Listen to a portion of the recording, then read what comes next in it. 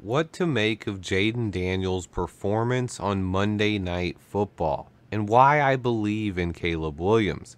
I had already planned on comparing these two rookie quarterbacks that were taken number 1 and number 2 overall in this year's NFL draft. But after last night's performance on Monday Night Football, I felt like this was something I needed to talk about. Jayden Daniels took a big step forward last night in the primetime stage, setting an NFL record for completion percentage in a game. Jayden went 21 for 23, completing 91.3% of his passes, breaking Dak Prescott's rookie record of 88.9%, and really making fans overreact even more than they already were. He looked great last night, and people are already questioning if the Bears made the wrong pick, and even calling out Ryan Poles for not even bringing in Daniels for a visit. Today I wanted to quickly compare how each guy has played through 3 games and talk about why I still think Caleb Williams was the right pick. After 3 starts, it's a very small sample size that nobody should overreact to.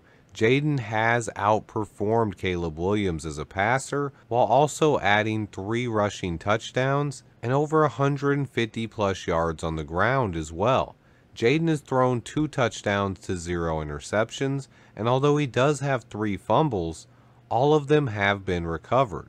Right now, the stat that stands out to me is 80% completion percentage, but obviously that's greatly helped by his performance against the Bengals last night. The biggest difference when I was watching Jayden Daniels against the Bengals is they were not able to pressure him. He had all day in the pocket, and he was able to pick them apart. The Bengals also weren't blitzing as much as I thought they should have, and it just looked easier on Jayden than it has for Caleb. But looking at the advanced statistics as well, and Caleb has actually held the ball longer than Jayden, with an average time to throw of 2.72 seconds. Jayden also has a higher passer rating, and he's been more efficient, which has helped play a big part in leading the Commanders to a 2-1 start, and throwing a wrench into all the talk about how it takes rookies time to adjust in the NFL. But it's only 3 games.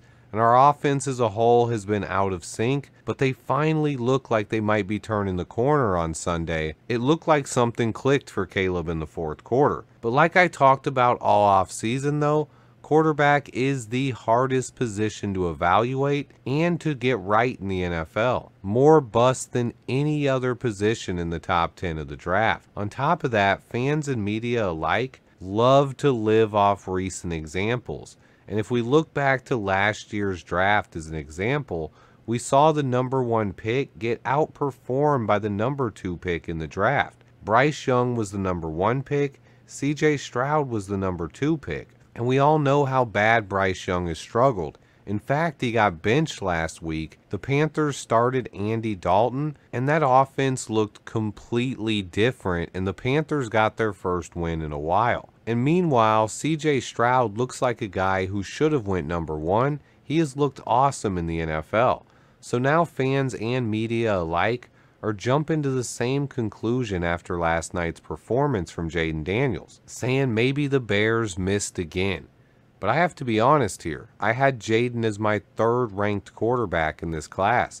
I had Caleb Williams at number 1, Drake May at number 2, and then Jayden Daniels at number 3. Something about his tape terrified me. He never protected himself when he ran, and he actually reminded me a lot of Robert Griffin III. But Jayden Daniels is a big-time playmaker, and there were 3 big-time quarterbacks in this class, and so far he's looked like the real deal. But that doesn't mean that Caleb Williams isn't going to be even better. And it was just 1 game.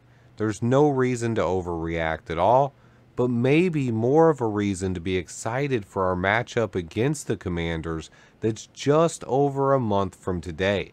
Caleb Williams versus Jayden Daniels will be happening soon, and I'm not worried about our quarterback. What I am worried about, though, is this offensive line. I'll be talking more about that soon. Stay tuned, guys. I appreciate everyone who watches. Please remember to hit that like button for me. Stay tuned. And until next time, bear down.